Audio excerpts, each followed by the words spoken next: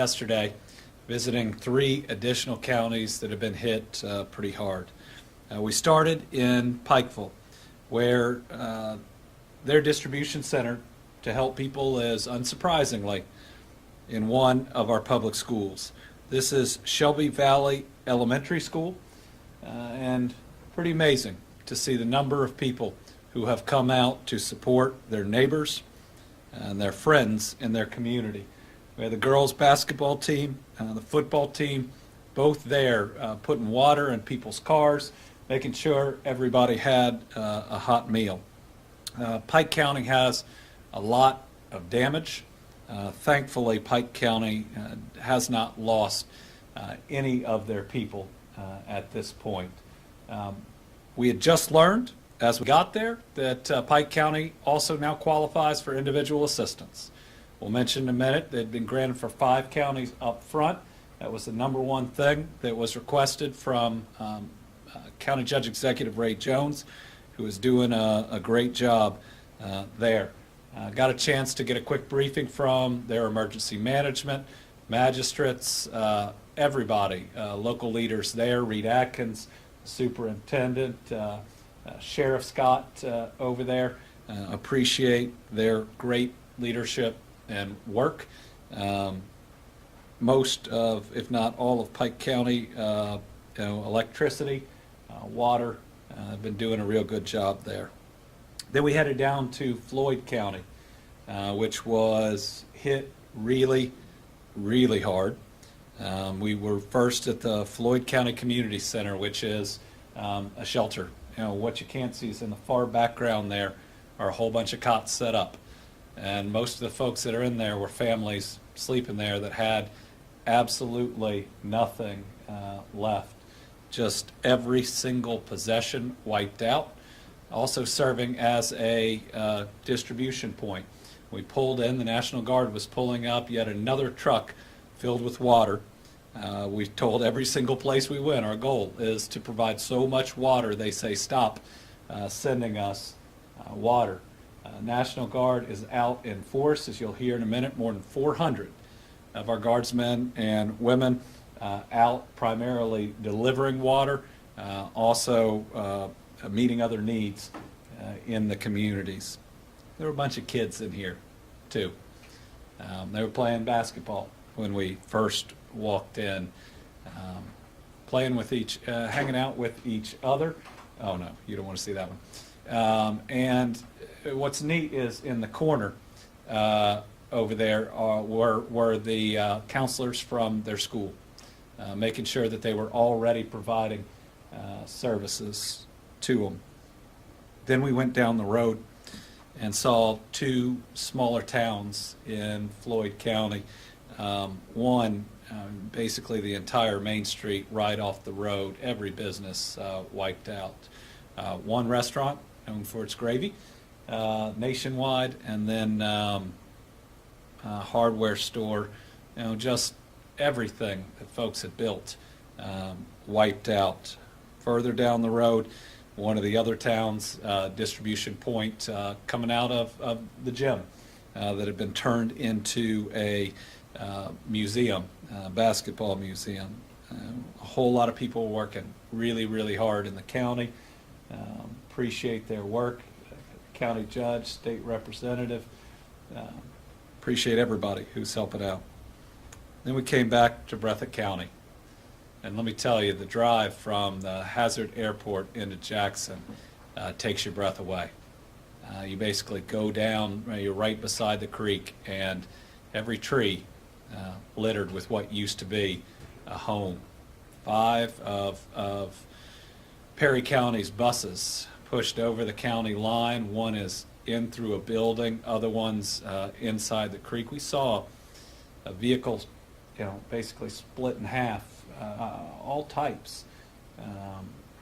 Hard to explain the level of damage. And then all through Breathitt County hit very, very hard.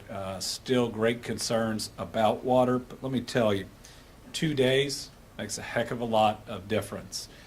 This was 2 days since I was in Letcher and Knott, and on the road even as you're seeing the destruction over here, about every 2 miles, there's another place distributing water that people are pulling through, putting supplies in their car.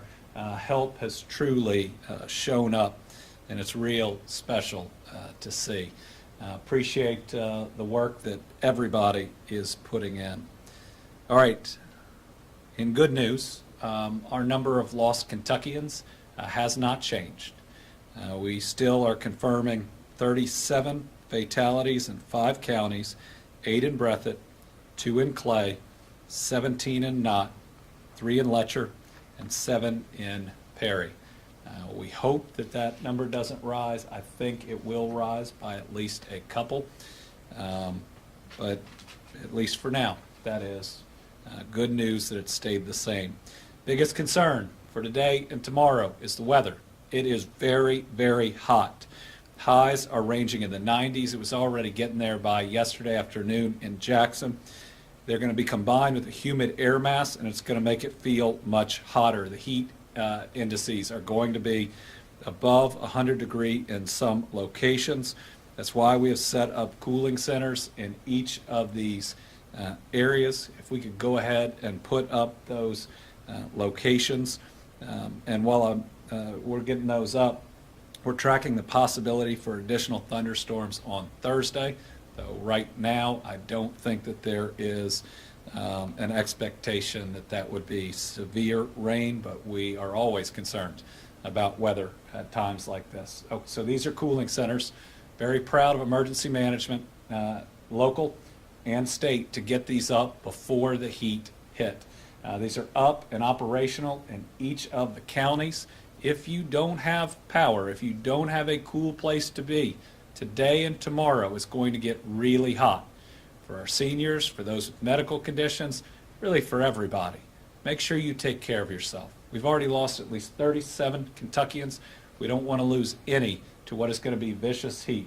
So Breathitt, Floyd, Johnson, Knott, Letcher, Perry, Pike, Wolf, all have cooling centers that are open right now.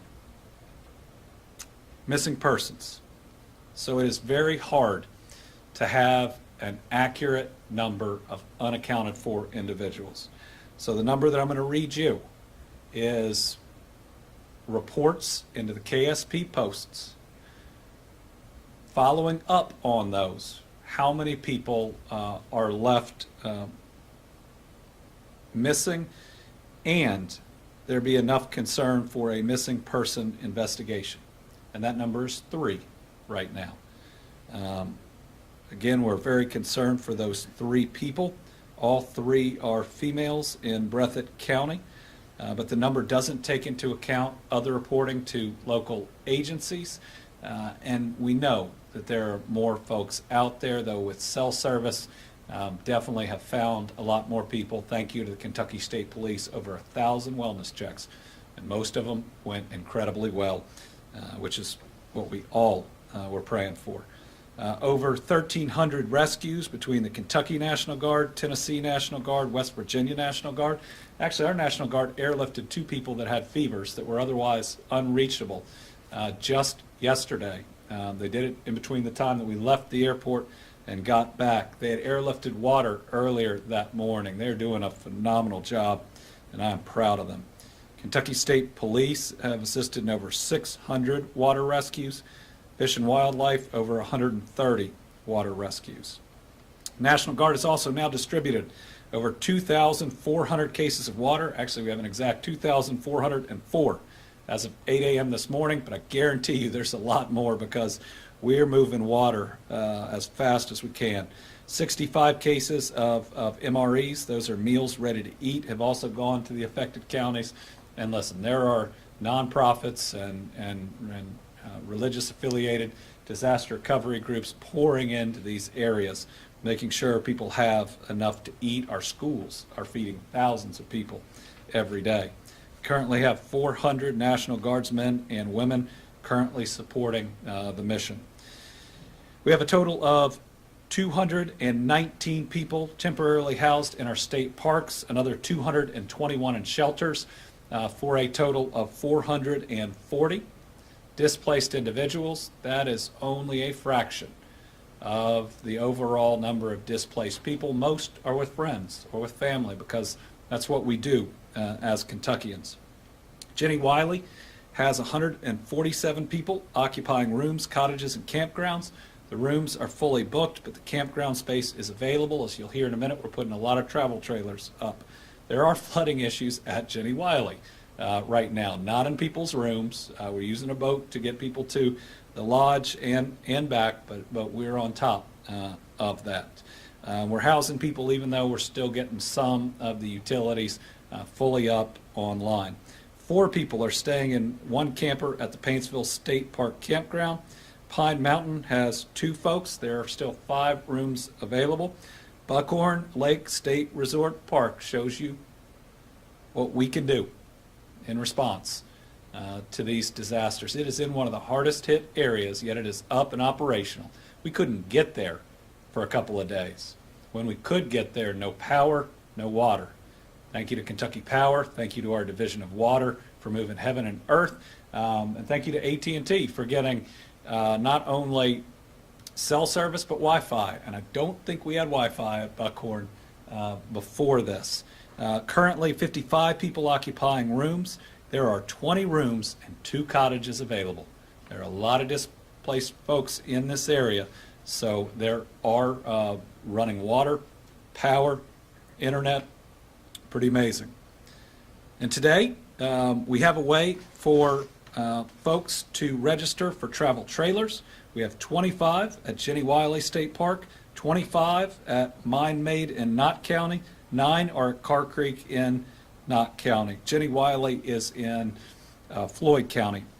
We're working to get travel trailers in other areas. We have 100 total that we are moving into eastern Kentucky.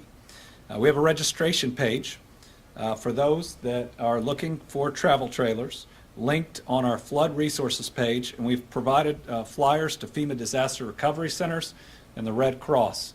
So those that can't get online are going to have other opportunities. Information packets can also be found at centers and shelters and on our flood resource page. The Eastern Kentucky Sheltering Program is available to survivors whose homes were majorly damaged, destroyed, or deemed not habitable in the 7 counties designated for FEMA individual assistance. So as of today, Breathitt, Clay, Floyd, Knott, Letcher, Perry, and Pike counties have all qualified for individual assistance. That's the fastest we've ever seen it granted. Program eligibility to be in one of these travel trailers requires that folks register with FEMA at disasterassistance.gov. So this is online.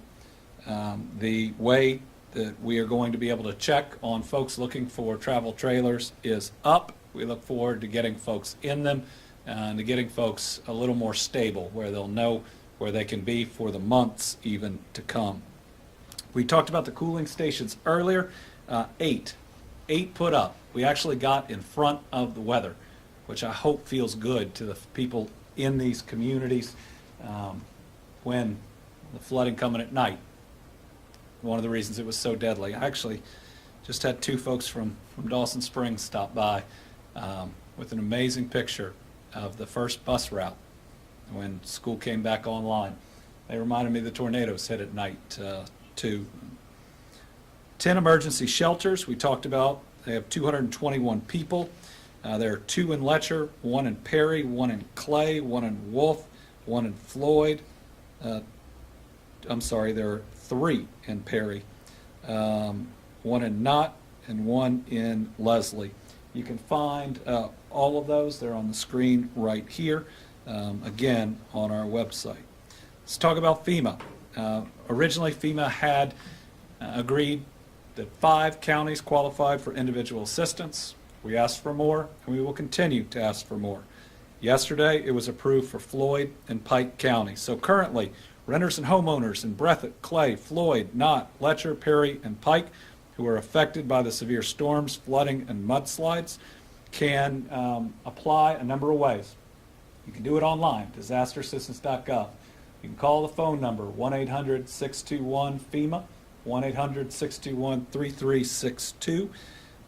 When applying for assistance, you need to have all your information including the current number you can be reached, the address, where you were living, where the damage occurred, the address that you are right now, information on your losses, banking information, and any insurance information. But we also have set FEMA centers open and talking to people and helping with claims in the first 5 counties. I know they're working to get them up in the other 2. So if we can put up the FEMA locations in Breathitt County, it is 421 Jet Drive. In Jackson and Clay County, it's their community center. In Knott County, it's their sportsplex. Letcher County, it's their rec center. Perry County, it's at Hazard Community and Technical College, 7 a.m. to 7 p.m. I would strongly encourage people, because this is a tougher process than it should be, to actually go in and talk to someone. We have been promised mobile folks on the ground as well, that we'll be going neighborhood to neighborhood in the near future to document people's losses.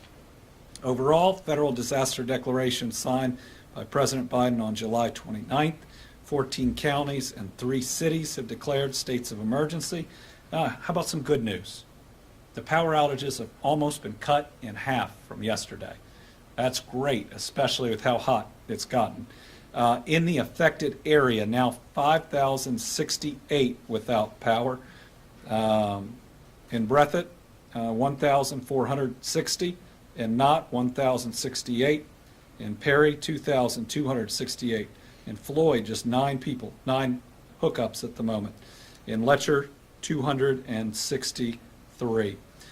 No new numbers on water outages, still just over 18,000 service connections without water, 45,600-ish service connections under boiled water advisory, 21 water systems under limited operation due to power outages and storm damage, wastewater system, 1 system not operational, that's in Hazard, 17 wastewater systems under limited operation, 3 wastewater plants experiencing bypass, 13 systems have discharges from portions of their collection center systems. When we look at infrastructure, and we look at the massive damage here, roads, bridges just eaten away, and we'll mention bridges in a minute, but the water systems heavily damaged, some wiped out, and it's going to take significant time and significant dollars to restore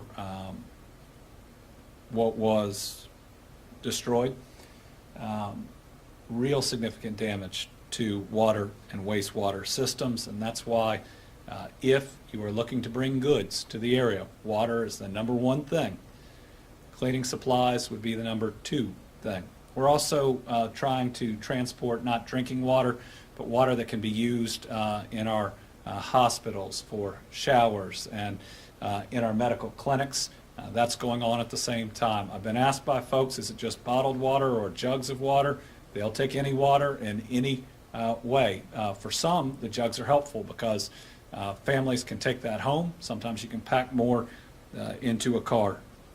Transportation Cabinet is continuing to inspect bridges. There are nearly 1,100 inventoried bridges in the region. 84% of them have been inspected. 21 bridges that have been checked are still impassable. 4 are state bridges, 17 are county bridges. County roads, transportation crews have pretty much gotten the state roads clear. They're helping on the county roads, and crews have come as far away from the Paducah Highway District. Debris removal, we're in this process right now. You have to have a site that we have approval on to take debris. Obviously, before you can engage in widespread debris removal, quotes have gone out, requests for quotes have gone out to dozens of potential vendors for debris removal. The Cabinet's coordinating on this with the Division of Emergency Management and the Army Corps of Engineers. I think we're going to get an estimate of the amount of debris from the Army Corps here in the next several days. I believe it's maybe Friday. It's going to be enormous, but we are on top of the process that's necessary for debris removal. And once we have the private contractors, you will see the pace pick up significantly. We've learned lessons from the West. We think we know how to best do it. Once folks are under contract, you will see a major change. Transportation continues to deliver supplies, especially water. They're also delivering equipment, including dump trucks and storage trailers. Replacing licenses, titles, and registrations. Mobile pop-up driver's licensing services will be set up to issue replacement driver's license, permits, and state ID cards for flood victims that are sheltering at Jenny Wiley, Pine Mountain, and Buckhorn state parks. These are one-day visits. Friday, it's going to be at Jenny Wiley. So if you're at Jenny Wiley and you're missing any of these documents, Friday they're going to be there. Monday at Pine Mountain, Tuesday at Buckhorn. They're going to be open 8 a.m. to 4 p.m. No appointments are needed, just walk in.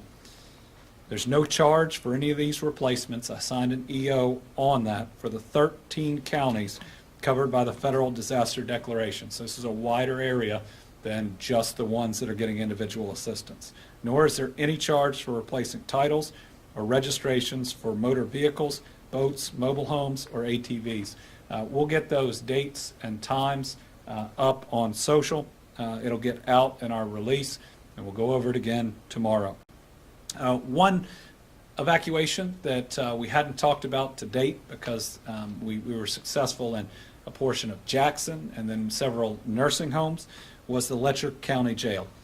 Department of Corrections quickly stepped up to help that jail. It is in a basement, and nobody wanted to risk what could have happened there. Due to their experiencing of flooding and a lack of running water, Department of Corrections offered to transport more than 100 inmates from their facility to state prisons. Male inmates were transferred to the Eastern Kentucky Correctional Complex. Female inmates transferred to the Kentucky Correctional Institution for Women.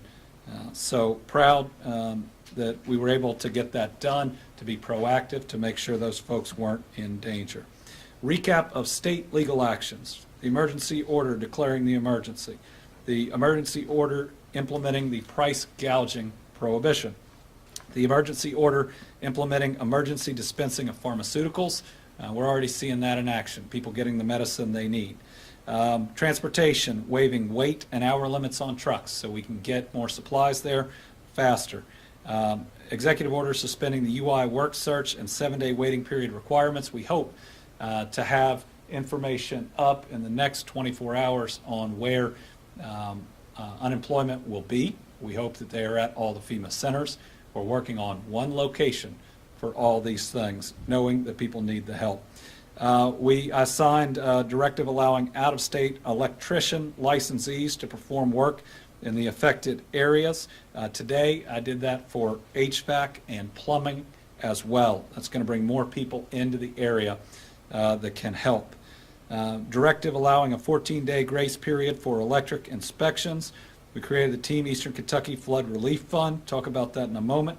Have requested additional individual assistance for Leslie, McGoffin, Martin, and Owsley. Suspended fees for duplicate driver's license, permits, motor vehicle registrations, and titles. We did a request for FEMA for individual assistance to add Wolfe County to that list as well.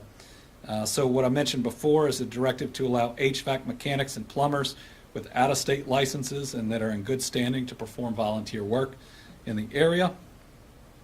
Just signed an EO suspending statute that deals with carcasses of domestic livestock and poultry. We had to do that in the West too.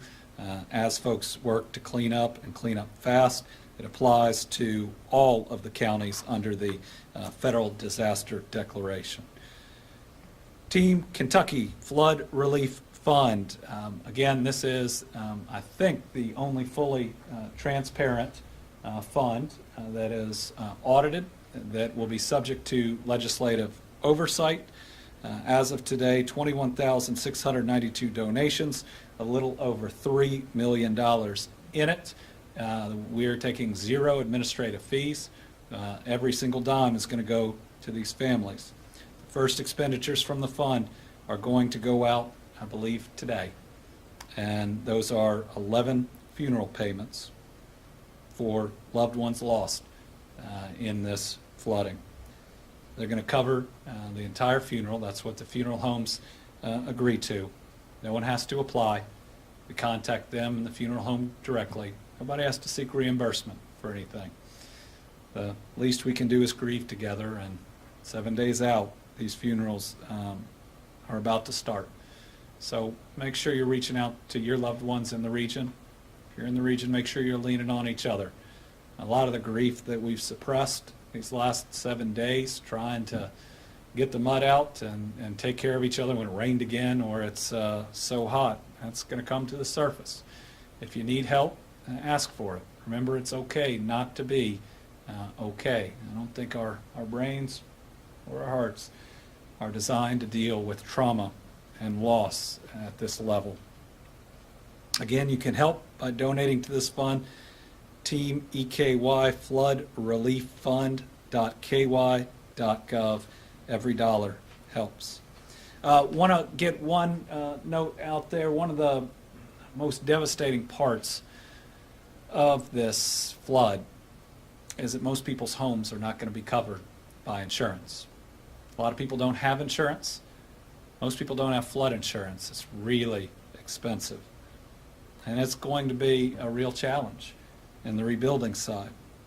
But comprehensive auto insurance does cover flood damage. I think this is important because I think a lot of people may assume incorrectly that if they're concerned about insurance for their home, that they also won't have it for their car, and their vehicles strewn all over the place. So folks are going to need transportation, especially in this region. You have to have transportation. So people with comprehensive coverage should contact their insurance agent to file a claim. Again, that's if you have comprehensive coverage. Not everybody has that, but you should check on what type of insurance that you bought and at least follow through on your vehicle to see if you're covered. Kentucky Department of Revenue. This is some new news. It's going to honor the recently announced IRS special tax relief for taxpayers in any area designated by FEMA as qualifying for individual assistance due to flooding. What this does is push back the deadline by which you would have to file your returns. You know, a lot of people, especially those that get W-2, file one return, but in April of each year. But a lot of other people may file quarterly. Some may have had an extension already. So if you are in Breathitt, Clay,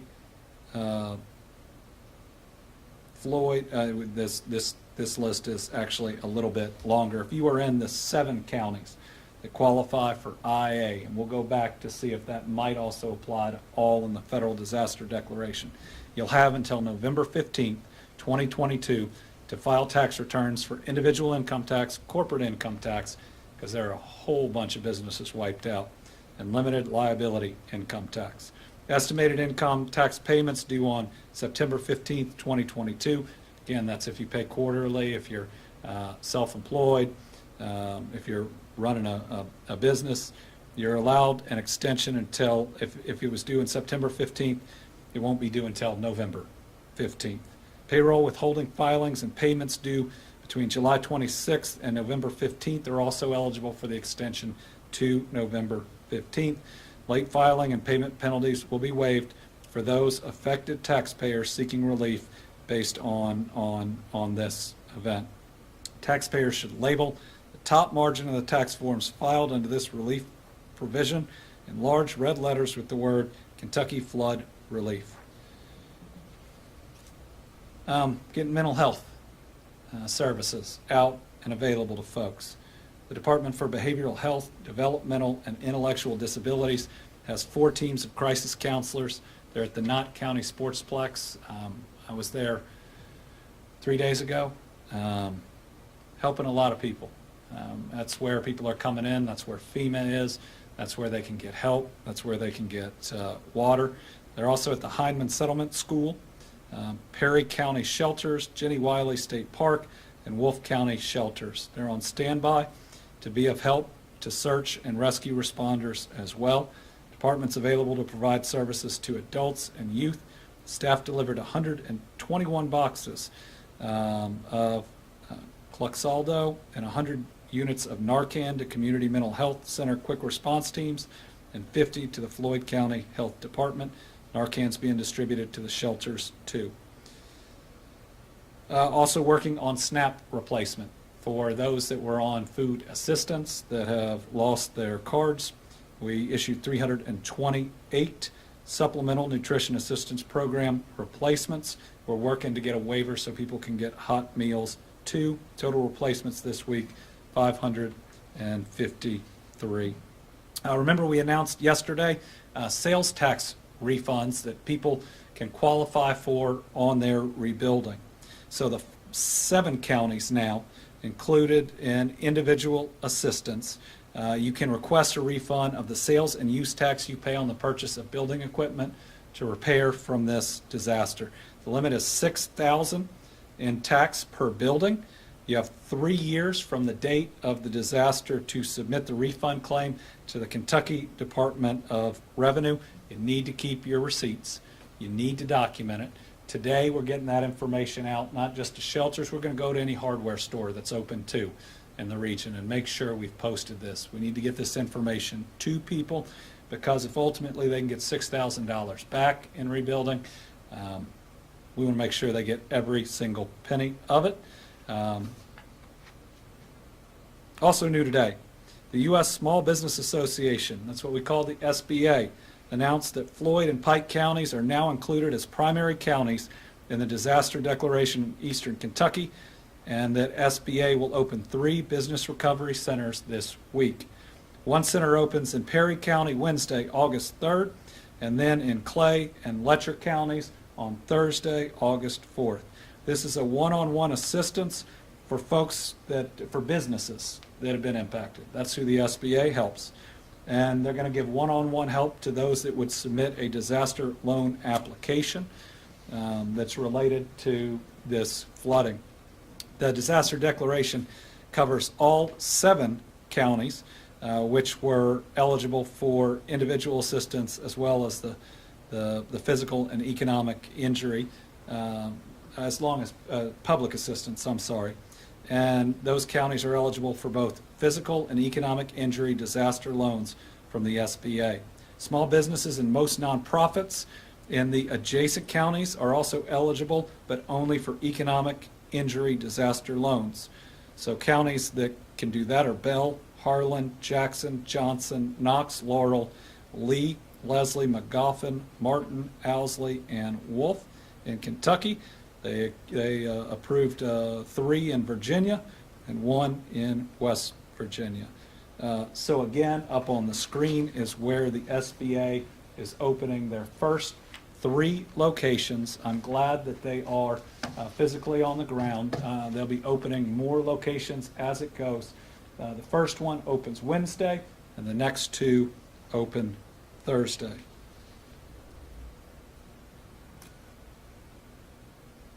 And the SBA also encourages everybody who is coming to these facilities to wear a mask. I'd request that you honor that. Due to COVID-19, they don't want to lose the people they have on the ground that could prevent or delay the services that you get. So please, if you're willing to do that, that means the person behind you and the person behind them and the person coming in the days after that are going to have somebody they can talk to as well. Beginning yesterday morning, I directed that all flags at all state office buildings be lowered to half staff for the week. So it began on Tuesday, August 2nd, and it's going to remain until sundown on Monday, August 8th.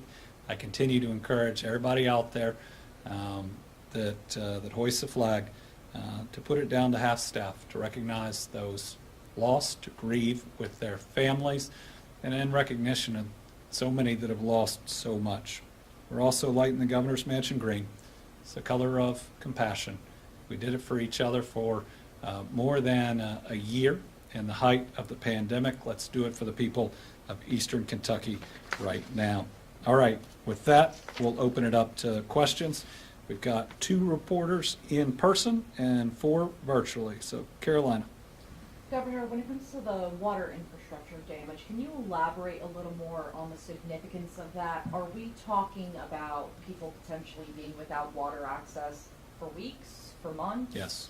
So the damage varies significantly. First, a whole lot of it's back up, which is a miracle and a huge credit to the water folks in each of these communities. It is amazing how quickly much of Letcher got their water back.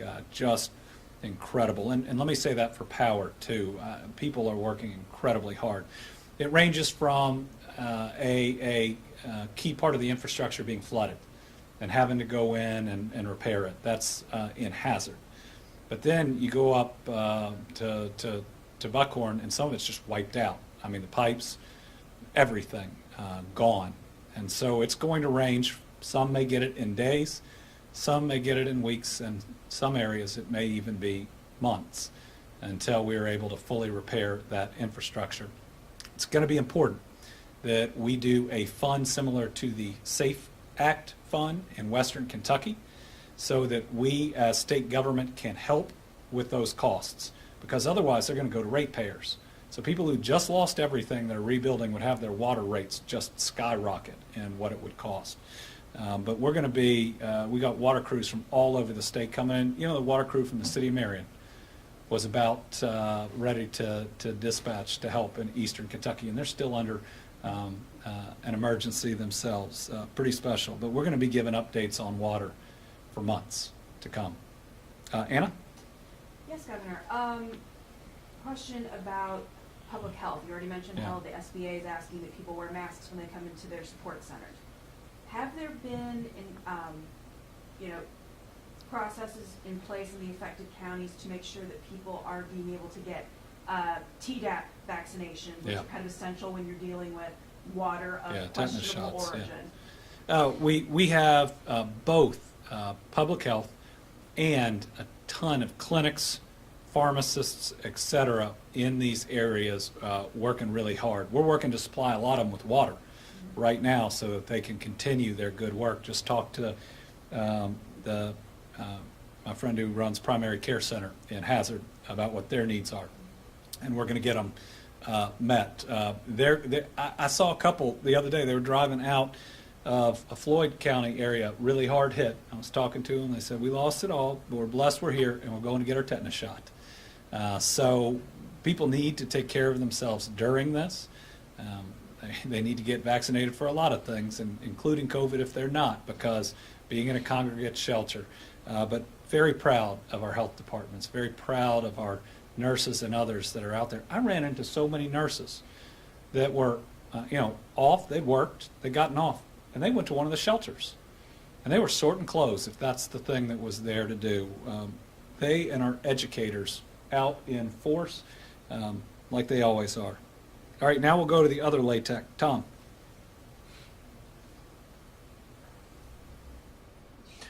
Thank you, Governor, and hi, Anna. How you doing? While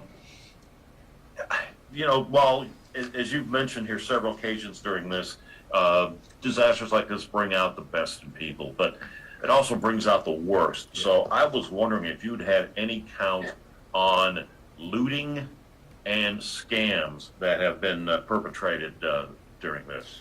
Don't have a specific count, but I can say that Kentucky State Police, working with the National Guard, as well as local authorities, significantly increased their presence, and we believe has had a significant impact and therefore a reduction on looting.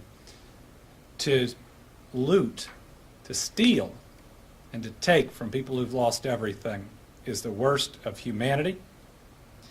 And it's hard to believe that someone would be or go so low as to do that. The same scamming. These folks don't have any money, and to take what little they do is horrendous. We will not allow it. Law enforcement will catch and prosecute any looters to the fullest extent of the law. And listen, if you know our state and our folks, maybe you're lucky if it's the law enforcement that finds you, if you're willing to stoop that low. Karen Czar.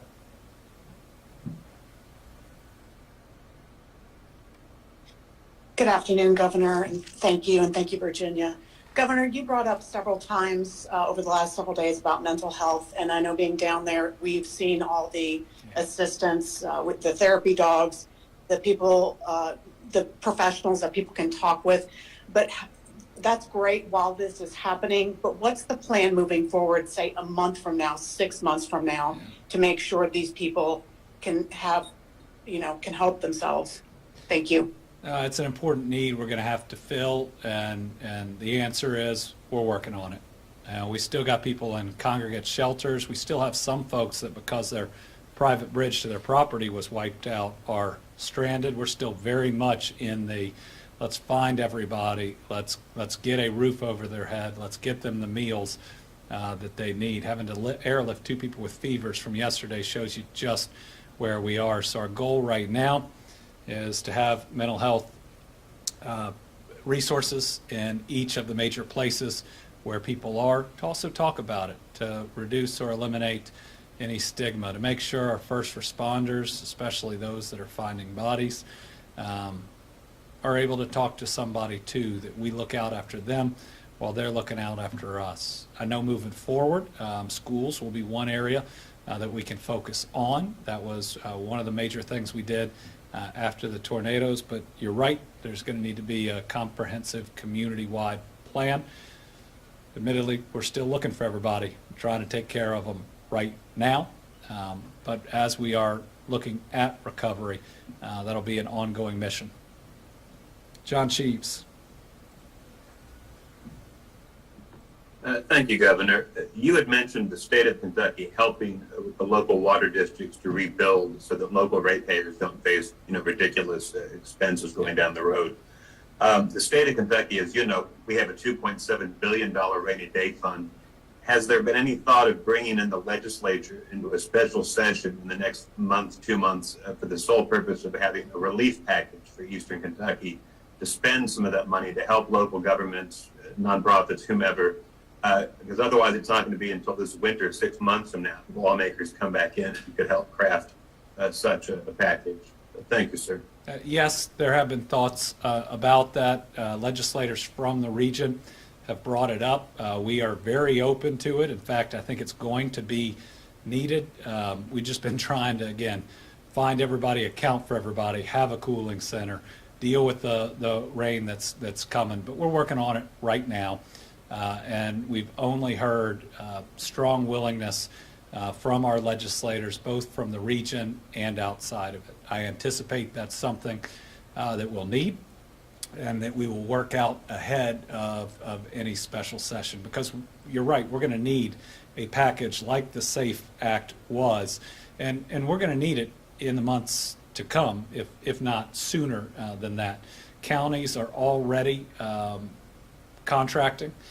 School districts are already contracting to clean up, to haul debris, and we need to be there for them. We can't let a school system go broke or a city or a county go broke because of the amount of time it may take for them to be reimbursed. Stan Ingold from WEKU with our last question. Thank you, Governor. We've seen this massive outpouring of support and volunteers coming into the region. What is the best way for groups and individuals to coordinate with authorities to continue to ensure that things continue to move smoothly? Well, first, if you're volunteering, make sure you have called before you show up, whether that's local emergency management. We're actually working on a part of this website where you can register, whether you're calling the state park to see if they need help or assistance. Just make sure that someone knows that you're coming and can put you to work. The other thing I'd say is we're going to need volunteers and help for a long time. So it's okay if others are volunteering right now and you're willing to volunteer next week or even next month. Now, the other thing that you can do is donate, water, cleaning supplies, or donate to one of the various funds that are out there. Obviously, I'm pretty focused on our Team Eastern Kentucky Flood Relief Fund because it is a long-term fund. So we see it after every natural disaster. We saw it after the tornadoes. You have a ton of groups that come in, they're on the ground and do amazing work. But they're there for a couple weeks because then someone else needs them, and we don't begrudge them for that. but this is a year, 2 years of work. You know, we're still paying out dollars from the Western Kentucky Tornado Relief Fund right now. I think 2.1 million's gone out to farmers for the challenges they faced 6 months after this. We've got $16 million from that fund going to build 300 homes. That happens 5 to 6 months after. So we'll also be reaching out to the other nonprofits, especially those based here in Kentucky, to make sure we're being thoughtful about having long-term support for these families. And I mean, these families have really lost everything, and it's hard. Maybe if you haven't seen it, but it's hard for a lot of people maybe to even understand how bad it is. Imagine scratching and clawing for 10, 15 years to be able to have something you call a home, but it's not insured, and it's wiped out, as is every other thing that you own. After all that work that you put in, maybe for your family, you're suddenly just there with the clothes on your back, without an insurance company that's going to come in and say, we're going to help you rebuild. Some of these properties can't even get to, because that access bridge they bought the property with is gone. And people wondering, how are we ever going to recover from this? Whole neighborhoods gone, cars gone. Do check though on that comprehensive auto insurance. It is, repairing these lives is going to be challenging, but we're up for it. We didn't get through 2.5 years of a pandemic without being tough. So we are going to be creative. We're going to continue to work with folks, but going back to the question, people are going to need a lot of help. We're going to need more resources than have come in to this fund right now, 4 or 5 months from now. These are proud, hardworking folks that have just lost it all. And I think the least we can do as human beings, as people of faith and values, is to give and do what we can to get them back on their feet. I want to end just by saying thank you to everybody out there that is working. I know you're tired, so am I. If you're on the ground there, thank you for everything you've been doing. Do take care of yourself. Make sure you get some rest in this heat. Make sure you take breaks. I can understand wanting to be strong and just push through all of it, but we need you, and we're going to need you tomorrow, and we're going to need you the day after that. So when you need a break today, when you need some time for yourself, make sure you take it. And everybody out there, remember to lean on each other, to breathe when you need to, and we'll get through this. But the only way we get through it is together, not just in Eastern Kentucky, all of Kentucky, every single one of us. Thank you.